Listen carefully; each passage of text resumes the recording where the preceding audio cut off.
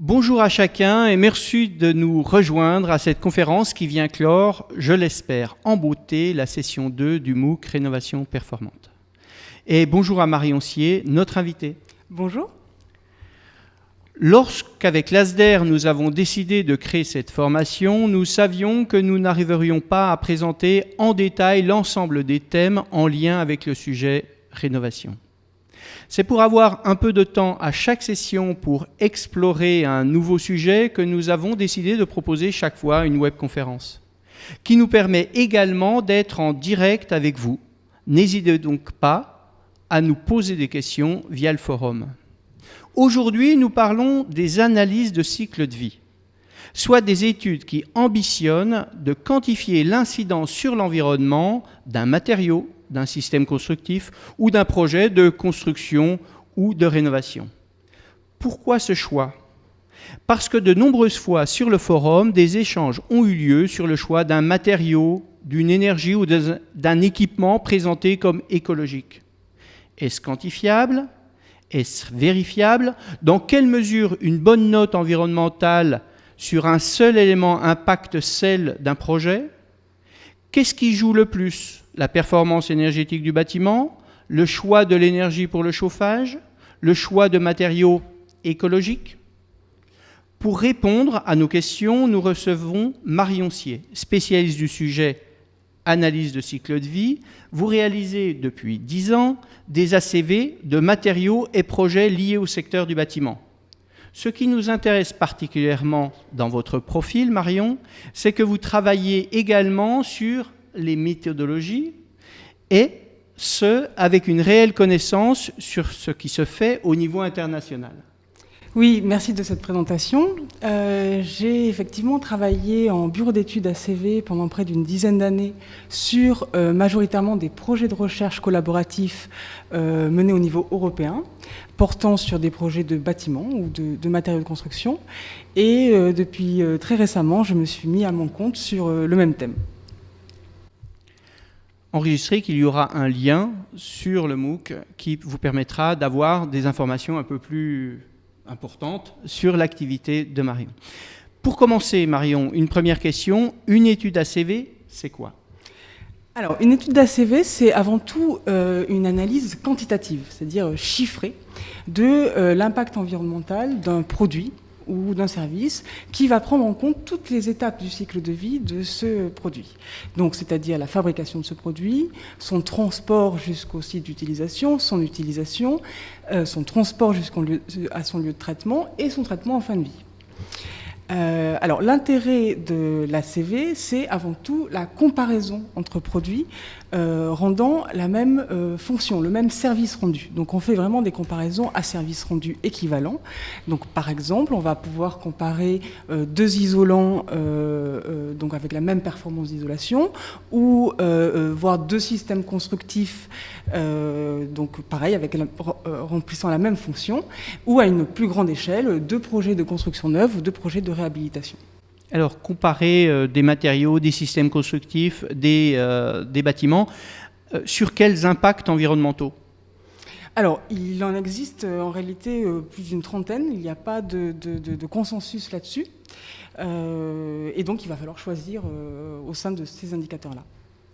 Alors, les indicateurs environnementaux sont donc très nombreux, plus d'une trentaine, dites-vous. Lesquels retenir ? Alors ça, c'est effectivement une question qui est assez délicate.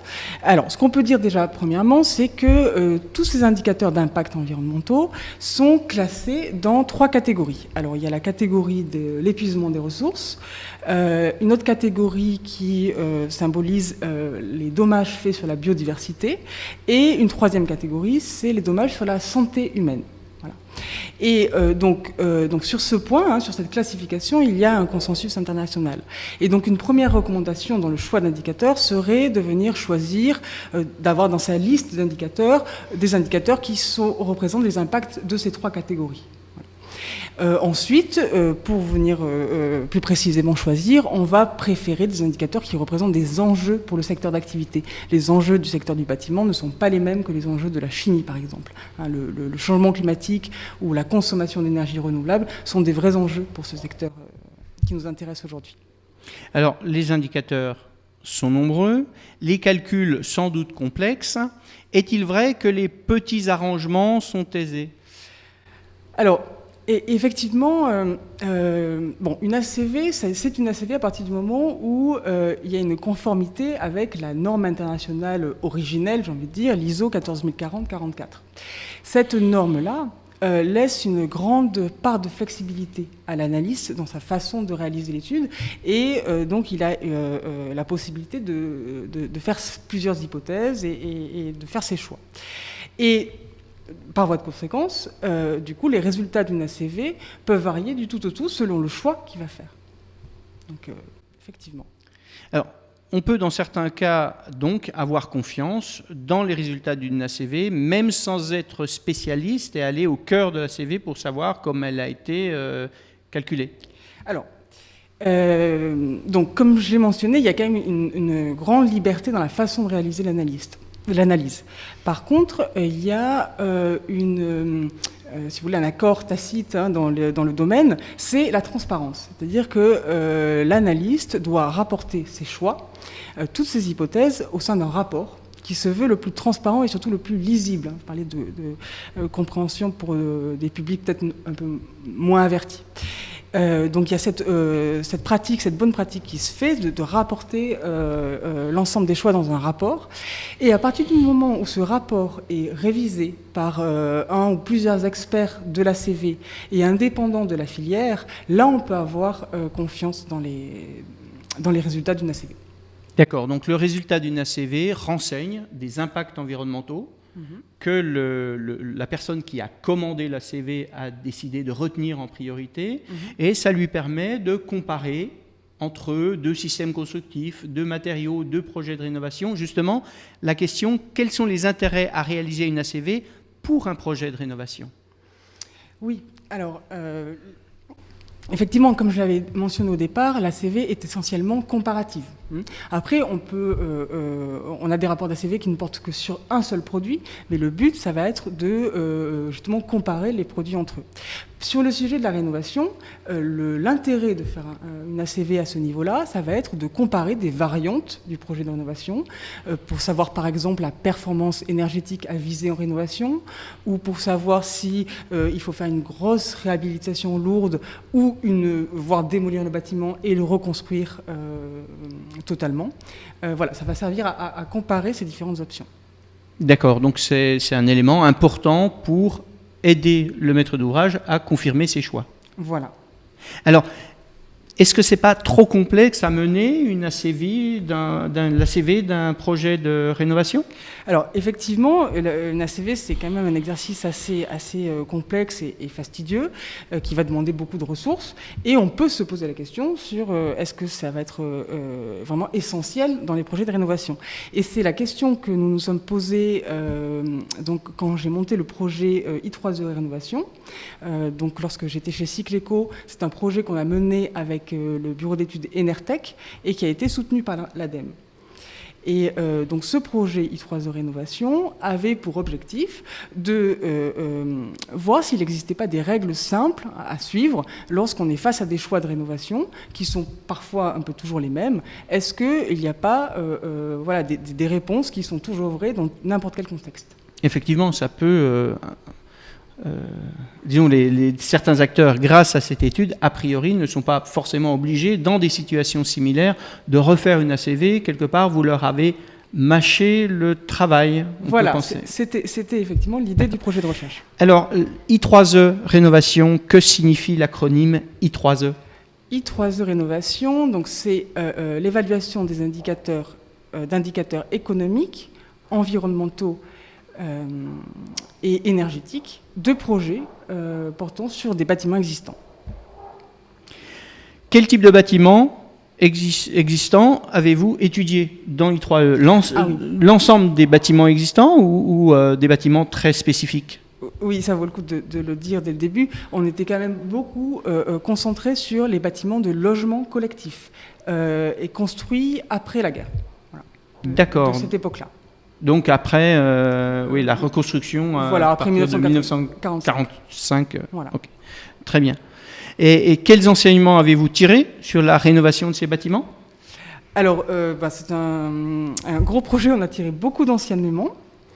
Donc il y en a plusieurs. Alors sur la performance énergétique, par exemple. Alors oui, sur ce choix-là, entre à quel niveau de performance il faut viser. Alors, on a remarqué que... Alors, j'espère que vous avez repéré la pertinence du niveau BBC, parce qu'effectivement, dans le MOOC, on le met en avant. D'accord. Alors oui, effectivement, c'était un des scénarios qu'on avait comparé à une rénovation, par exemple, plus partielle, une rénovation par élément. Et on a noté que sur cette comparaison entre rénovation BBC et rénovation par élément, on avait environ, il y a un peu des variantes, mais globalement, 60% d'impact en moins à aller jusqu'au niveau BBC. Je parle d'impact sur le cycle de vie, puisque l'impact de l'action de rénovation va peut-être être un peu plus important lorsqu'on va faire une rénovation BBC, mais cet impact est largement rattrapé par les gains sur la phase d'usage. Et sur la comparaison entre rénover ou démolir et reconstruire ? Alors oui, là aussi c'est assez intéressant ce résultat qu'on a eu, puisqu'on ne s'attendait pas à ça. Ça va surtout dépendre du vecteur énergétique utilisé dans le bâtiment. C'est-à-dire que si on est en rénovation et en reconstruction, donc sur les deux variantes, on considère un même système de production d'énergie. Dans ce cas-là, il vaut mieux rénover. Mais si la reconstruction permet de changer le système de production d'énergie pour un système plus vertueux, par exemple une PAC géothermique à la place d'une chaudière fuel, et si ce changement d'énergie n'est possible que lors de la reconstruction, alors là, ça va valoir le coup de démolir et de reconstruire. En tout cas, la question se pose. Donc ça, c'était effectivement... voilà, comme quoi le choix du système de production d'énergie, ici, est déterminant. Après, sur cette question-là, on a aussi étudié l'aspect économique, le coût global donc de la rénovation vis-à-vis de la reconstruction. Et sur cette question-là, par contre, dans tous les cas, on a identifié qu'il valait mieux rénover que reconstruire. Le coût global de la rénovation était toujours inférieur au coût global de la reconstruction. Oui, je suis surpris parce qu'effectivement, ça ne correspond pas forcément dans l'approche économique aux résultats que j'avais en tête vis-à-vis de la comparaison réhabilitation lourde et démolition, reconstruction. Je pensais que d'un point de vue économique, des fois, c'était l'un et l'autre se tenaient. Vous dites qu'il n'y a pas photo. D'une manière générale, c'est ouvertement la rénovation lourde et performante qui est plus intéressante d'un point de vue économique. Voilà. Alors, à savoir aussi qu'on a on a vérifié ces résultats sur, on va dire, une dizaine de projets. C'est-à-dire qu'on avait deux gros projets sur lesquels on a étudié beaucoup de variantes, voilà. Et après, on est venu renforcer ces résultats par des analyses complémentaires venant de maîtres d'ouvrage divers qui se portaient volontaires. Et sur l'ensemble des analyses qu'on a menées, on est tombé effectivement sur ces résultats-là. Donc, c'est effectivement notre conclusion. Oui, 10 projets, c'est beaucoup et c'est peu, voilà. Mais en même temps, vous avez choisi des projets représentatifs de ces bâtiments collectifs d'après-guerre. Voilà, c'est ça. C'est pour ça qu'on a restreint le périmètre. C'est qu'on savait qu'on ne pourrait pas faire 50 analyses, quoi. Et alors c'est intéressant, cet outil est-il accessible, est-il gratuit, est-il payant, qui peut y avoir accès et l'utiliser ? Alors, les enseignements du projet, ils sont tous rapportés dans le rapport d'étude. Donc, c'est un gros rapport plutôt destiné à des analystes, mais il y a quand même une synthèse qui est très lisible. Et ce rapport est accessible publiquement, sans frais, sur un lien Internet qu'on vous mettra, je crois, dans le MOOC, si j'ai compris. Et en plus de cela, en plus de ce rapport, il y a une boîte à outils. Donc, dans cette boîte à outils, on y trouve donc un document de méthode, qui est un document d'une 30aine de pages et rédigé véritablement à destination des maîtres d'ouvrage et des maîtres d'œuvre, donc vraiment à un public professionnel. Et ce document de méthode explique comment utiliser la boîte à outils.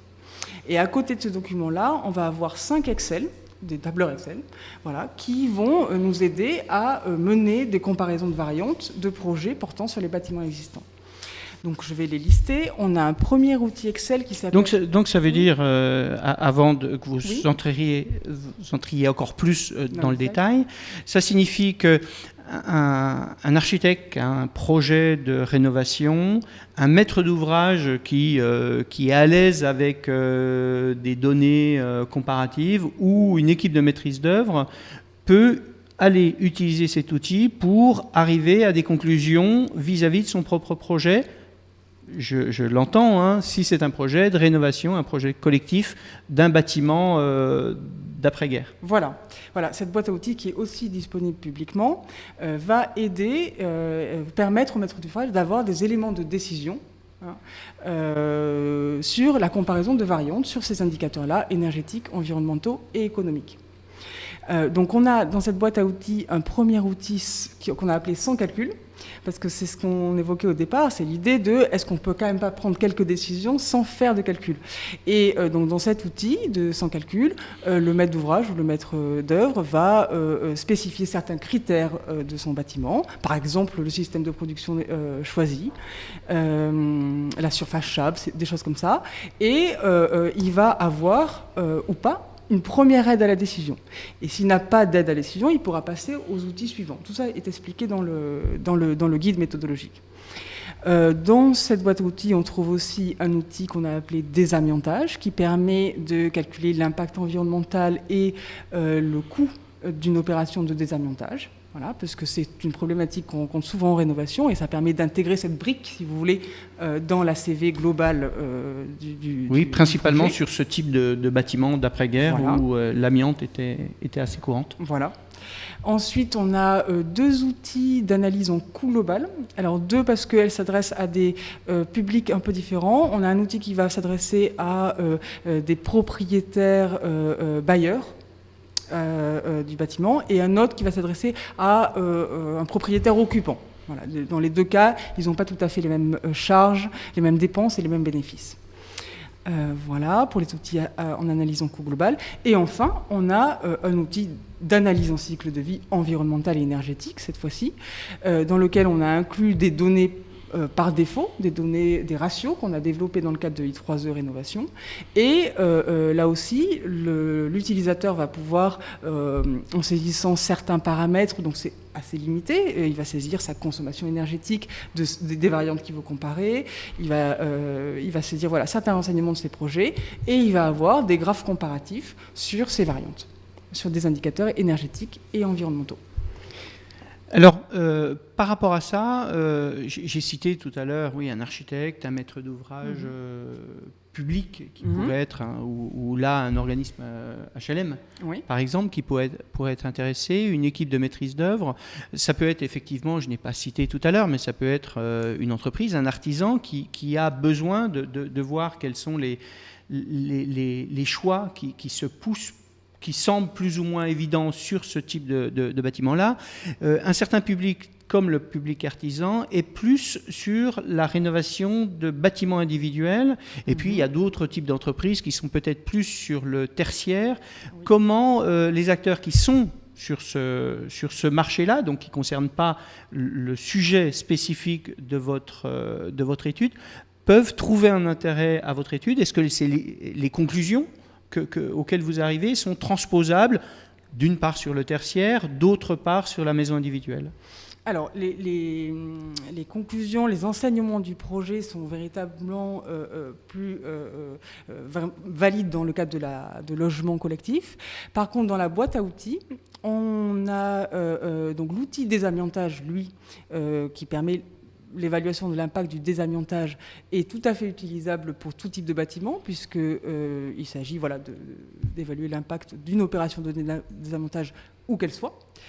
Et les outils d'analyse en coût global, eux, ne contiennent pas de données en tant que telles, ils contiennent des formules de calcul qui sont réutilisables aussi pour tout type de bâtiment, y compris des maisons individuelles ou des bâtiments tertiaires. Par contre, l'outil d'analyse du cycle de vie qui, lui, contient des ratios qu'on a développés pendant le projet, il ne serait pas plus prudent de l'utiliser pour d'autres typologies de bâtiments. Je ne le recommanderais pas. Donc on peut penser qu'il serait intéressant d'avoir bientôt un I3E dédié à la maison individuelle, I3E dédié au tertiaire, I3E peut-être dédié aux anciens bâtiments. Oui, effectivement. Moi, je suis partante pour faire ce type de projet, oui. Alors, pour poursuivre notre entretien, notre échange autour de l'analyse de cycle de vie, je suis en contact avec Chambéry qui reçoit les questions amenées sur le forum. Donc, on s'est déjà inspiré des premières questions qui nous sont arrivées dans la semaine sur le forum pour cette, je dirais, grosse introduction. Maintenant, on est un peu plus en live, en direct, dans le sens où je découvre les questions qui me sont envoyées par Nathalie, qui est en poste mais pas visible. Alors, 3 questions viennent d'arriver. Quelles sont les bases de données que l'on peut utiliser pour une ACV en dehors de celle de l'IGNES? Donc, dire peut-être ce qu'est l'IGNES, que sont les fiches de déclaration environnementale et sanitaire, cette initiative, je dirais, franco-française, me semble-t-il, je ne me trompe pas en disant ça, et quelle base de données prendre en référence? Alors, la base IGNES est effectivement une base de données qui rassemble des fiches de déclaration environnementale et sanitaire portant sur des produits de construction effectivement français. Par contre, je corrige, c'est pas une démarche. Les FDES sont certes franco-français, mais de manière plus internationale, l'ensemble des pays font des fiches de déclaration environnementale qu'ils appellent des EPD, qui sont aussi rassemblées dans des bases de données dans les différents pays concernés. Donc la FDES, c'est la déclinaison française, on va dire, de ces fiches de déclaration environnementale. Donc c'est une base de données effectivement qu'on peut utiliser.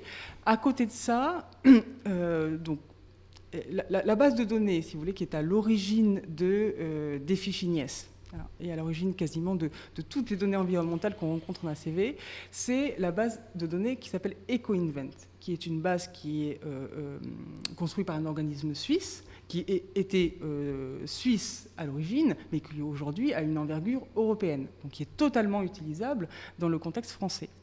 Et donc on peut directement utiliser des données de cette base EcoInvent, dont son accès est payant, il faut quand même le préciser, mais voilà, on peut, dans cette base-là, on va avoir des matériaux de construction plus ou moins finis, des produits plus ou moins finis, mais on va aussi avoir des matériaux, des matières premières, et on va pouvoir construire des matériaux de construction plus innovants, voilà, qui n'existent pas, dont la modélisation n'a pas été encore faite.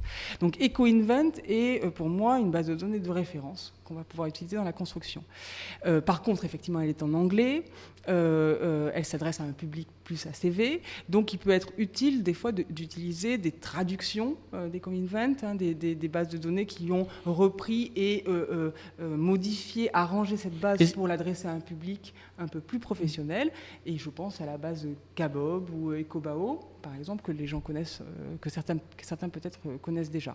Alors, est-ce qu'on peut dire que EcoInvent, c'est la base de données des bases de données, d'une manière générale, disons, vue au niveau international? C'est la pionnière.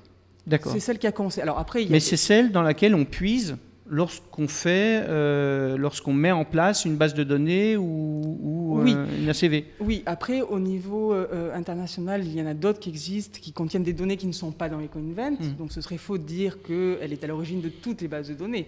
Mais effectivement, grossièrement, on peut quand même considérer que c'est cette base de données qui est à l'origine. En tout cas, pour faire une FDES, la plupart des acteurs se servent de la base EcoInvent en background, si j'ai envie de dire, quoi. D'accord. Je sais que, en tout cas, personnellement, je m'étais posé la question du choix d'une base de données optimum lorsque j'ai coécrit avec Jean-Pierre Oliva l'isolation thermique écologique. Et finalement, on avait choisi pour différentes raisons une base de données autrichienne, celle qui est utilisée dans le Vorarlberg, qui effectivement part d'EcoInvent à la base.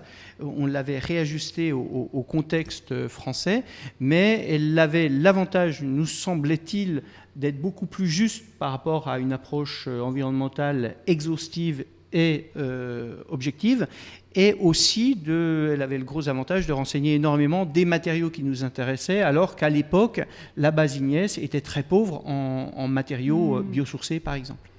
Oui, et alors c'est toujours délicat de parler de justesse ou de précision des données, parce que la base de données EcoInvent, pour moi, son gros avantage, c'est qu'elle est transparente. Et on peut constater avec transparence comment sont fabriquées, sont modélisées les différentes données qu'on a dans cette base. Et donc, on va pouvoir juger par nous-mêmes, si vous voulez, de la qualité des données. Et choisir de ne pas les utiliser ou au contraire de les utiliser. Et elle est flexible, c'est-à-dire qu'on va pouvoir agencer les données, les ajuster. Par exemple, on va avoir des matériaux, des données sur des matériaux qui sont fabriqués dans un autre pays. Et en très peu de temps, on peut venir modifier le mix énergétique de la fabrication pour considérer un mix électrique français et on va pouvoir avoir un impact qui correspond mieux à notre contexte. Cette manipulation, cet ajustement des données est possible avec EcoInvent parce qu'elle est transparente et ouverte et ce n'est pas possible avec les FDES qui sont conformes à une certaine méthodologie qui est fixée et en dehors de laquelle on ne peut pas sortir. D'accord. Donc après, on peut être d'accord ou pas avec cette méthodologie. Ça, c'est une autre question. Alors, une question qui nous est arrivée là. Est-il exact que dans le label E+C-, alors là, on sort un petit peu de la réhab puisque c'est un label qui est proposé actuellement pour la construction neuve. Enfin, on prend la question. Est-il exact que dans le label E+C-, les trajets des entreprises qui travaillent sur le chantier ne sont pas pris en compte dans les émissions de gaz à effet de serre? Alors, effectivement, à ma connaissance, non. J'ai malheureusement peu eu l'occasion de travailler sur le label à ce jour, ce qui fait que je ne peux pas donner une réponse définitive. Mais à ma connaissance, effectivement, ce n'est pas pris en compte. Voilà. Il y a aussi la réalité par rapport à une approche type ACV. Donc, est-ce que c'est celle du label ou pas, de la proximité des matériaux? Est-ce que le fait d'utiliser des matériaux qui sont produits localement, est-ce que ça joue ou pas, d'une manière générale, dans une ACV? Est-ce qu'on le compte de manière automatique? Est-ce qu'on le compte si on veut? Comment est-ce qu'on intègre le transport et donc l'incidence, la pertinence d'avoir des matériaux produits localement? Alors, quand on fait une ACV au niveau d'un bâtiment, on va, en règle générale, intégrer ce transport. Ça fait partie d'une étape du cycle de vie. Maintenant, la question, c'est quelles données on va prendre pour le transport? Est-ce qu'on prend une donnée générique, le transport, le parcours fait généralement par les matériaux de construction? Donc là, on va s'intéresser à des statistiques pour avoir ces données-là de transport. Ou est-ce qu'on va prendre les vraies données qui sont spécifiques à notre chantier? Donc les deux possibilités existent. Dans le label E+C-, en l'occurrence, ça va être la donnée générique qui est dans la base IGNES qui va être utilisée et on ne va pas pouvoir la modifier. Autre question par rapport à la fin de vie. On parle de plus en plus d'économie circulaire. Avant l'économie circulaire, un matériau qui pouvait être recyclé avait une bonne note. Vis-à-vis du point gestion de fin de vie. Actuellement, avec l'économie circulaire, un matériau qui ne peut être que recyclé a la mauvaise note, c'est-à-dire qu'on priorise, on valorise le réemploi, tout ça. Est-ce qu'une analyse de cycle de vie intègre ça finement? Si oui, comment? Et si elle ne l'intègre pas, est-ce que c'est quelque chose qui va arriver? Alors oui, avec une analyse de cycle de vie, on peut prendre en compte le fait que le matériau est conçu pour être plus durable, pour avoir une plus grande durée de vie, est conçu pour être démontable et en partie réparable. On peut prendre en compte le recyclage, le bénéfice sur la seconde vie ou toutes les vies qui vont suivre. Tout ça, c'est effectivement possible de le quantifier et donc de l'intégrer dans la CV et de voir du coup le bénéfice environnemental d'être dans ce type d'économie-là. Donc la réponse est effectivement oui, en ACV, on peut mesurer les bénéfices de l'économie circulaire. Alors une question, me semble-t-il, assez pointue. Pourquoi intégrer l'énergie matière en plus de l'énergie procédée dans la NFP 01010? Donc là, il faut citer ce qu'est la norme en question. Je pense qu'elle est remplacée maintenant par une norme européenne. Et qu'est-ce que l'énergie matière? Quelle est l'incidence de la compter? Donc là, effectivement, je pense qu'on rentre dans quelque chose d'assez technique qu'il faut expliquer pour qu'on puisse suivre tout ça. Oui, on voit quelqu'un. Mais c'est une question qui m'arrive là en direct d'un. Donc ça veut dire qu'on a un public averti. Tout à fait. Mais ça, on l'a remarqué depuis 6 semaines. On remarque, en tout cas, vu la qualité des échanges sur le forum, que les personnes, en tout cas, en posant leurs questions, réfléchissent bien avant et sont en plein dans le sujet. Donc ça se confirme une fois de plus sur le sujet ACV, alors que le sujet ACV, on peut dire, peut être potentiellement un débat d'experts. Oui, aujourd'hui, c'est effectivement une thématique qui commence à peine à rentrer dans les processus de formation. C'est à ça qu'on voit la maturité d'une méthode, d'ailleurs. Alors, d'abord, la NFP 01010. Donc, comme tu l'avais mentionné, c'est une norme qui a été remplacée aujourd'hui par la EN 15804, qui est une norme européenne, et qui, du coup, aujourd'hui, a remplacé donc, la NFP et qui régit la façon de réaliser les fiches de déclaration environnementale et sanitaire. Donc cette norme-là n'existe plus. Et dans la EN 15804, il est recommandé effectivement de lister l'impact sur la consommation d'énergie renouvelable et non renouvelable, à la fois énergie-matière et énergie-procédé. Alors l'énergie-matière, petite définition, c'est l'énergie qui est contenue dans le matériau. En gros, si on brûle le matériau, on va avoir une libération d'énergie, et c'est cette énergie-là. L'énergie procédée, c'est l'énergie qu'on a dépensée pour mettre en œuvre ce matériau, pour le transporter jusqu'au site d'utilisation, et éventuellement pour le traiter en fin de vie. Ça signifie que cette quantité d'énergie qui est dégagée si on brûle le matériau, elle est comptée positivement ou négativement parce que, elle est comptée négativement, je pense que c'était le sens de la question, c'est-à-dire qu'elle est considérée comme consommée. D'accord. Voilà. Elle rentre dans l'indicateur consommation d'énergie qui est affiché dans la fiche de déclaration. Et alors, pourquoi on la comptabilise? La logique derrière ça, c'est de dire que cette énergie est mobilisée dans le matériau et que donc, elle n'est pas utilisée pour autre chose. Donc, ça signifie, par exemple, si on compare une poutre en bois et une poutre en métal, le fait qu'en fin de vie, on puisse valoriser le bois dans une chaufferie, impacte négativement la poutre en bois par rapport à la poutre en métal, sachant que cette énergie bois, elle vient du soleil.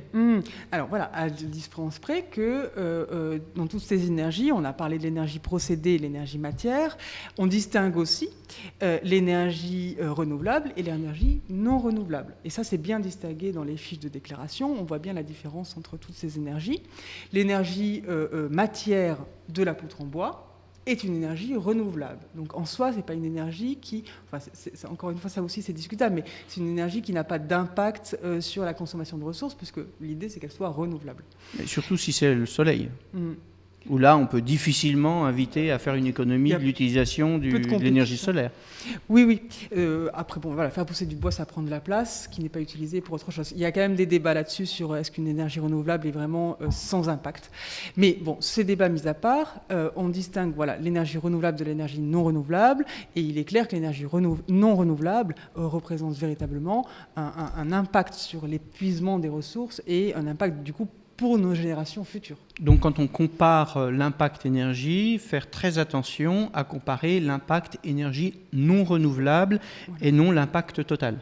Voilà. Sans quoi, effectivement, par exemple, le soleil qui a été nécessaire pour faire pousser la plante peut jouer négativement sur le bilan. Exactement. Et on additionne l'énergie du soleil avec de l'énergie fossile. Voilà, donc l'énergie procédée, c'est l'énergie qui a été nécessaire pour fabriquer le matériau, pour mettre en œuvre le matériau, pour fabriquer le bâtiment, pour entretenir le bâtiment, pour déconstruire le bâtiment. Et l'énergie matière, c'est l'énergie qui est contenue dans le matériau. Voilà. L'une et l'autre sont comptées dans une analyse de cycle de vie. Il faut faire attention de bien prendre en référence l'analyse, l'énergie non renouvelable. Et l'énergie grise, je ne suis pas sûr qu'on ait utilisé ce terme-là, mais énergie grise, c'est une terminologie pour renseigner ça? Alors, l'énergie grise, c'est un terme qui n'a pas vraiment de définition normée, mais dans l'esprit, on va dire, des professionnels, où il y a quand même un sens commun, qui est de dire que c'est l'énergie liée à la fabrication du matériau de construction Et voilà, des fois, ça s'arrête à la sortie de l'usine, des fois, dans l'énergie grise, on intègre le transport. Voilà, il y a des débats là-dessus. Mais globalement, c'est l'énergie qui n'est pas l'énergie d'usage du bâtiment, mais qui est vraiment l'énergie liée aux matériaux. Et dans cette énergie grise, on intègre aussi communément l'énergie matière et l'énergie procédé non renouvelable. Alors, par rapport à cette approche énergétique, mais pas seulement, également CO2 et sur les autres impacts environnementaux, lorsque j'avais travaillé très finement sur le sujet, j'avais vu qu'on renseignait la fin de vie de manière très très succincte. Est-ce que ça s'est fiabilisé, ajusté dans les 10 dernières années ? Ou est-ce qu'on renseigne très vite en disant bon ben ça va à tel endroit et finalement on a relativement peu d'incidence de ce qu'on fait du matériau en fin de vie? Bon, il y a des projets de recherche qui sont menés sur la modélisation de la fin de vie. Et voilà, il y a même des entreprises qui sont dédiées à l'évaluation de l'impact de ces traitements en fin de vie et donc la réalisation de scénarios de fin de vie. Mais par contre, c'est quelque chose, c'est vraiment une étape du cycle de vie qu'on aura du mal à caractériser avec certitude, surtout dans le cas du bâtiment, où on parle d'une situation qui va arriver dans 50 ou voire 100 ans. Donc on ne peut jamais être sûr de ce qu'il adviendra à ce moment-là. Donc on pourra toujours suivre des statistiques, se baser sur le scénario actuel de la gestion de fin de vie, mais il y aura toujours une incertitude assez forte sur ces données-là. Et c'est peut-être pour cette raison-là cette étape est modélisée un peu parfois grossièrement, parce que de toute façon, elle est assez incertaine. Alors, je vois les questions qui m'arrivent en direct là. Existe-t-il une alternative au béton pour réaliser des fondations d'un bâtiment ? Je crois que c'est plus une question technique. Je pense qu'il existe éventuellement, on peut utiliser d'autres systèmes. On n'est plus dans la réhab là, puisque un des avantages de la réhabilitation, c'est de ne pas avoir à reconstruire la structure. Et la structure coûte cher à l'environnement pour être construite. Par rapport à ça, je pense que c'est un sujet, il y a des alternatives et elles sont plutôt devenues anecdotiques. Simplement, effectivement, en 100 ans, ça a pas mal changé. Je me souviens d'avoir lu un document qui me précisait, qui datait du début du XXe, donc une centaine d'années, et qui précisait que dans les commandes publiques, le béton armé, il ne fallait pas y penser parce que quand même c'était un nouveau matériau et qu'il fallait être sérieux. Donc on voit qu'effectivement les choses changent un petit peu et j'imagine sur un projet conséquent, public ou privé, l'acteur qui voudrait trouver une alternative au béton, il y a des alternatives, mais bon, je pense que ce sera complexe à lui de le faire valider, entendre. Alors, dans les questions... Sur ce point-là, je rajouterais quelque chose. Effectivement, sur les fondations, on n'a pas beaucoup d'alternatives, si je peux résumer. Il faut quand même envisager l'alternative de faire un bâtiment plus léger pour alléger les fondations. Par exemple, effectivement, un bâtiment bois en comparaison, en opposition avec un bâtiment béton, on peut le penser, voilà. Si je cite les choses par exemple, oui. Nommément. Alors, E plus C moins. C'est vrai qu'on a parlé E plus C moins. Qu'est-ce que c'est exactement rapidement, puisque là encore, c'est une initiative qui concerne le bâtiment neuf, oui. Et donc on est un peu hors sujet par rapport au MOOC, mais pas forcément par rapport à notre échange, puisqu'on parle de l'analyse de cycle de vie et que E plus C moins est directement en lien avec l'analyse de cycle de vie de projet. Alors E plus C moins, pour moi c'est d'abord une très bonne nouvelle, c'est-à-dire c'est le début de l'entrée dans la réglementation française de l'analyse du cycle de vie. Alors c'est un premier pas, on peut toujours critiquer la méthode, etc. Mais le label E+C-, donc aujourd'hui c'est un label que vous pouvez avoir quand vous êtes maître d'ouvrage et que vous faites un bâtiment de plus de 1000 m², et pour obtenir ce label, il faut évaluer donc par l'analyse du cycle de vie, l'impact énergétique, donc couvrant pas uniquement l'usage, mais aussi l'énergie grise et en prenant en compte aussi la fin de vie de votre bâtiment. Donc c'est le fameux E de E+, un bâtiment énergie positive, c'est-à-dire qui produit sa propre énergie, des panneaux solaires, va être vraiment valorisé par ce label, on va avoir une bonne note, si j'ai envie de dire. Et on évalue aussi par la CV l'impact carbone. D'où le C- carbone. Moins on a de carbone émis, mieux c'est. Et ce label-là a vocation à être une préparation à la future réglementation. C'est pour ça que je parlais de réglementation. Donc la réglementation 2020, celle qui va succéder à la 2012, sur le bâtiment, dans lequel il sera demandé, en plus du calcul de la performance énergétique, le calcul de l'impact ACV, carbone et énergie. Alors, en début d'échange, on repérait qu'il y avait des méthodologies, il y avait des normes qui étaient derrière le calcul, les process de calcul d'une ACV. J'ai cru entendre dire, par exemple, que le label E+C-, qui part d'une norme européenne, ne faisait pas spécialement de cadeau aux biosourcés et au bois. En fait, il y a plusieurs façons de quantifier le bilan carbone, et la quantification qui a été choisie dans la norme en question ne valorise pas autant qu'on aurait pu l'espérer les matériaux puits de carbone. Alors, la méthode du label E+C-, donc explique comment faire l'analyse de son bâtiment, et dans cette méthode, il est recommandé d'utiliser, il est exigé d'utiliser les données de la base IGNES. Donc ça veut dire qu'on est dépendant de la méthodologie qui régit la base IGNES et donc les FDES. Et dans cette méthode, donc qui est la norme EN 15804 qu'on a citée un peu plus tôt, dans cette méthodologie, le captage de carbone et le relargage en fin de vie est comptabilisé, mais ce qui n'est pas comptabilisé, c'est le stockage temporel de carbone dans les produits en bois. Et effectivement, voilà, la question se pose si ce stockage temporel est bénéfique et devrait être comptabilisé en négatif. Alors, il me semblait que depuis le protocole de Kyoto, il y avait un accord sur le fait comme quoi on intégrait positivement et de manière automatique le stockage carbone à partir du moment où on faisait référence à des forêts ou des terrains gérés de manière correcte. Mais bon, c'est un sujet, là on rentre dans des sujets possiblement polémique, et c'est pas évident d'y rentrer là dans un échange rapide et générique sur l'analyse de cycle de vie.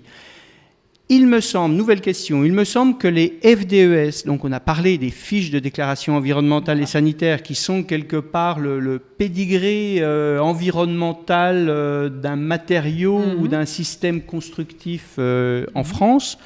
Donc la question, il me semble que les FDES sont sur des données déclaratives des fabricants. Dans ce cas, n'existe-t-il pas un risque de faux? Je viens d'arriver, donc excusez-moi, je lis en direct, hein. Je viens d'arriver, donc excusez-moi si vous avez déjà répondu à la question. Pas encore. Je ne pense pas, non. Oui. Alors effectivement, disons que au début, les fiches de déclaration environnementale et sanitaire étaient, elles le sont toujours d'ailleurs, sur la base de la volonté du fabricant à réaliser une analyse et la rendre publique. Et la plupart du temps, elles n'étaient pas vérifiées. Et effectivement, dans ce cas-là, en plus, le format de la FDES ne demande pas une très grande transparence, justement. Et donc, on a une fiche peu transparente, pas vérifiée, et effectivement, on peut tout à fait douter de la fiabilité de ces valeurs-là. Depuis février 2017, si je ne me trompe pas, il me semble que c'est février, il y a maintenant une exigence pour toute FDES qui sort de la faire vérifier. Donc par un expert indépendant. Donc on pourrait s'attendre à ce que justement demain, on ait de plus en plus confiance dans ces fiches de déclaration. Alors, autre question, peut-on appliquer l'ACV à un bâtiment ancien, du 18e par exemple, et si oui, quels en seraient les avantages? Alors oui, ça c'est une vraie question. Généralement, on fait une ACV quand on se pose la question de si on entreprend une action, c'est-à-dire est-ce que j'entreprends une action de rénovation, c'est peut-être le sens de la question ou pas, et on va faire l'ACV sur les actions qu'on va entreprendre, pas sur ce qui a été réalisé. On considère que ce qui a été réalisé est un impact qui est passé, Et de toute façon, on ne pourra rien échanger. Donc, on peut l'appliquer. Il suffirait d'avoir des données sur la description du bâtiment ancien, de quel matériau il est composé et en quelle quantité. Donc déjà, ça, c'est assez dur à récupérer. Et on pourrait arriver à calculer un impact. Mais effectivement, l'intérêt, ce serait assez limité.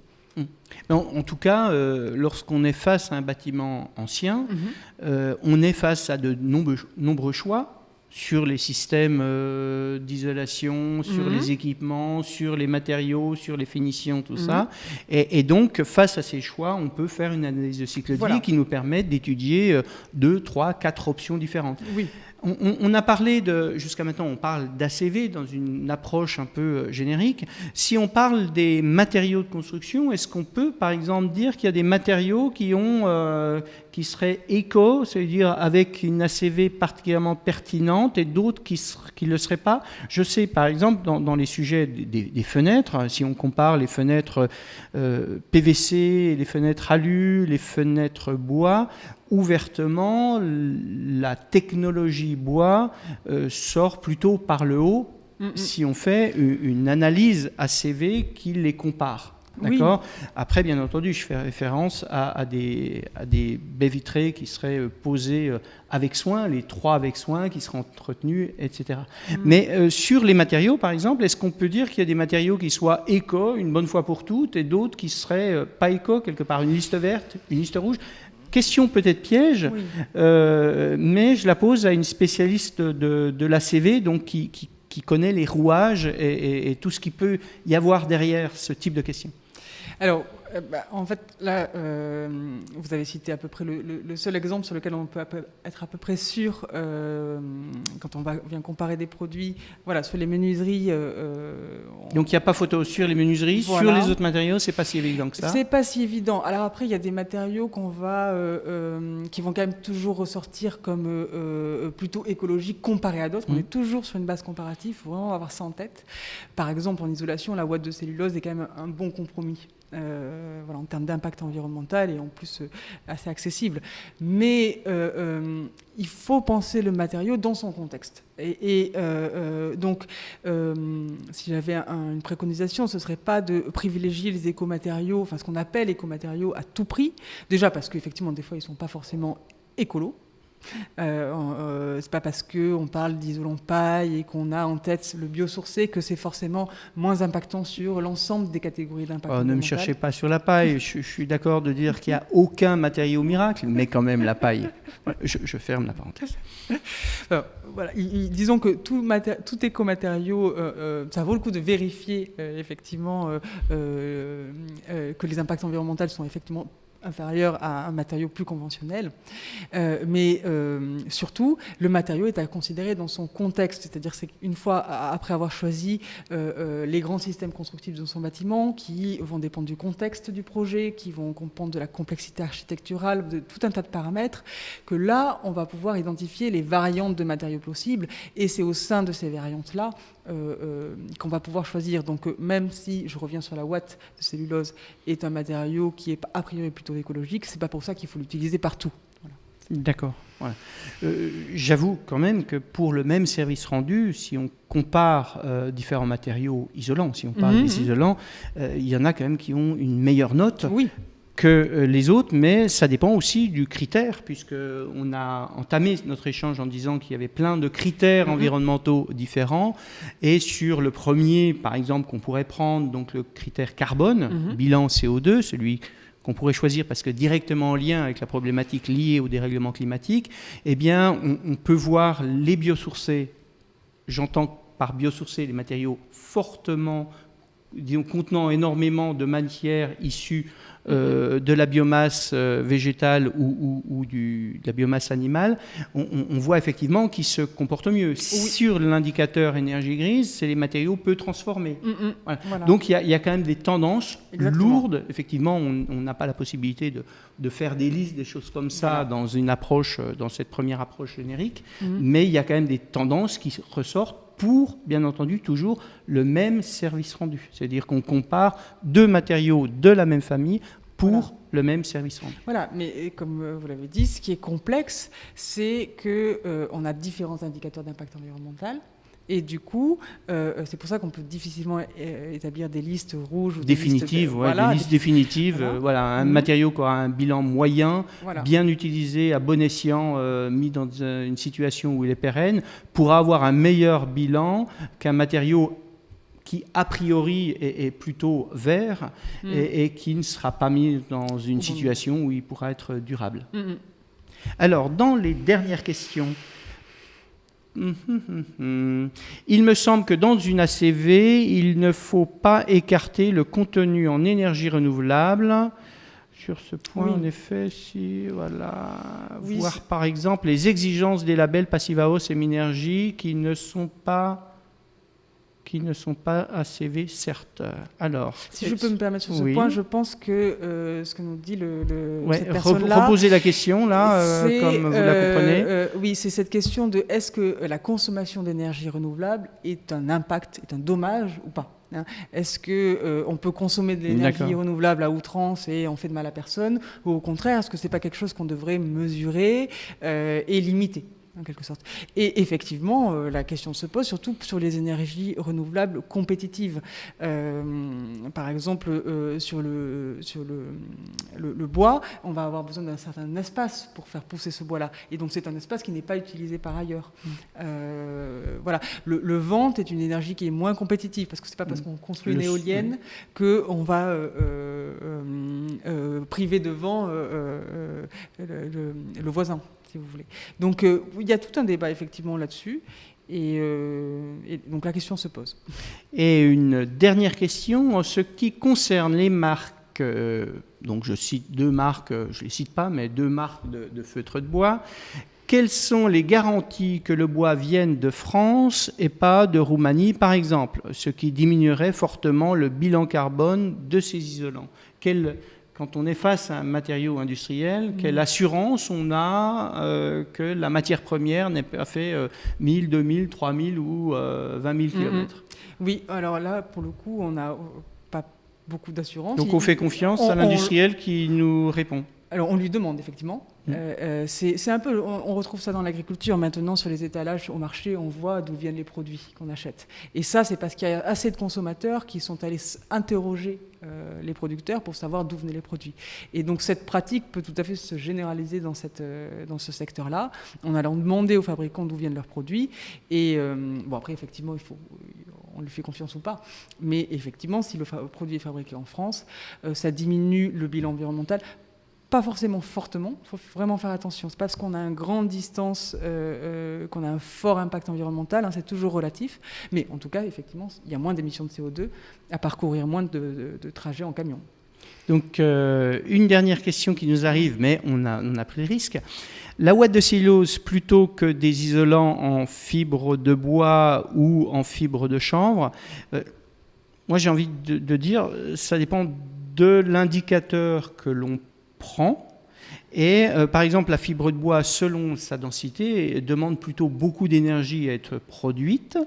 La laine de chanvre, je pense, si on parle de la laine de chanvre, ça dépendra du pourcentage, puisqu'on met un liant avec les fibres de chanvre. Donc généralement, c'est du polyester qui vient de Chine. Donc tout dépendra aussi du pourcentage de polyester. Donc vous voyez que c'est difficile de faire un classement définitif. Et la ouate de cellulose, il y en a fabriqué à 100 km avec du papier récolté dans les alentours, et on a de la ouate de cellulose qui vient du Canada ou de plus loin encore. Donc je pense qu'on ne va pas prendre le temps de revenir sur l'ensemble voilà. Non, mais effectivement, sur cette question... mais c'est un exemple qui montre que c'est complexe de faire un classement définitif. C'est complexe de faire un classement définitif. Alors, en l'occurrence, on est peut-être sur une exception, puisque la ouate de cellulose a globalement, sur la plupart des indicateurs qui sont des enjeux pour le secteur, moins d'impact que les laines de bois et que les laines de chanvre. Ça, quand même, je pense on peut le dire. Mais par contre, il faut envisager quand c'est envisageable. C'est-à-dire qu'il y a des fois, on peut mettre de la fibre de bois en façade et on ne peut pas mettre de la cellulose pour des raisons de procédés constructifs, de délai de chantier, pour des tas de raisons. Donc, Et une dernière question. Donc, voilà, j'ai dit une dernière, mais elles arrivent au fur et à mesure. Une question qui fait référence à l'approche sanitaire. C'est vrai qu'on n'en a pas parlé et on en tient compte aussi. Oui. On peut en tenir compte dans une analyse de cycle de vie. Quels sont les impacts sur la santé et l'environnement, recyclage, etc., de l'utilisation d'adjuvants dans les isolants en laine de bois et fibres de bois, tels que les sulfates d'ammonium, utilisés pour les herbicides, par exemple, résine, paraffine, etc. Donc c'est vrai qu'on n'a pas parlé, on pourra conclure sur ce sujet-là. On a parlé des analyses de cycle de vie, on n'a pas tellement parlé des impacts sanitaires par rapport à la qualité de l'air intérieur, entre autres. Est-ce qu'on peut éventuellement profiter de cette dernière question pour conclure sur ce sujet complémentaire aux autres? Alors c'est dommage parce que c'est la question sur laquelle je n'ai pas de réponse là, c'est-à-dire qu'il faudrait regarder dans les bases de données. Je n'ai pas tout en tête. C'est aussi bien qu'elle arrive à la fin, alors. Je n'ai pas tout en tête. Alors, ce que j'ai retenu d'un précédent projet, néanmoins, c'est que la laine de bois avait certes un impact sur le carbone bien inférieur à un équivalent conventionnel, mais par contre, en termes de consommation d'énergie renouvelable, j'avais été surprise de voir à quel point il y avait une consommation d'énergie pour la fabrication. Voilà. Et lorsque j'ai fait cette étude, je n'ai pas noté d'impact particulièrement probant sur les indicateurs santé humaine et biodiversité. Donc, ils m'ont peut-être échappé, voilà, je n'ai pas donné de réponse définitive, mais ce n'est pas quelque chose que j'avais noté. C'est-à-dire qu'il y a effectivement des adjuvants, à savoir leur poids dans l'impact environnemental du produit. Voilà, ça reste encore à vérifier. En tout cas, c'était intéressant que cette question nous arrive, parce que ça aurait manqué à notre échange, puisqu'on a failli clore cet échange sans parler de l'approche environnementale, disons de l'approche sanitaire et de l'incidence du matériau en amont, du matériau utilisé pendant la phase d'utilisation vis-à-vis de la problématique de toxicité. Oui. En tout cas, on vous remercie, on vous remercie, vous, nombreux internautes, à nous avoir suivis en direct et à ceux qui nous suivent en différé, puisque le lien sera mis sur le site du MOOC. Et merci Marion d'avoir fait le déplacement sur Paris pour venir en tant qu'experte, on dit experte ? Je crois qu'on dit experte, oui. Je crois qu'on dit experte, voilà, très bien, experte du sujet ACV. Merci beaucoup. Merci. Au revoir. Au revoir.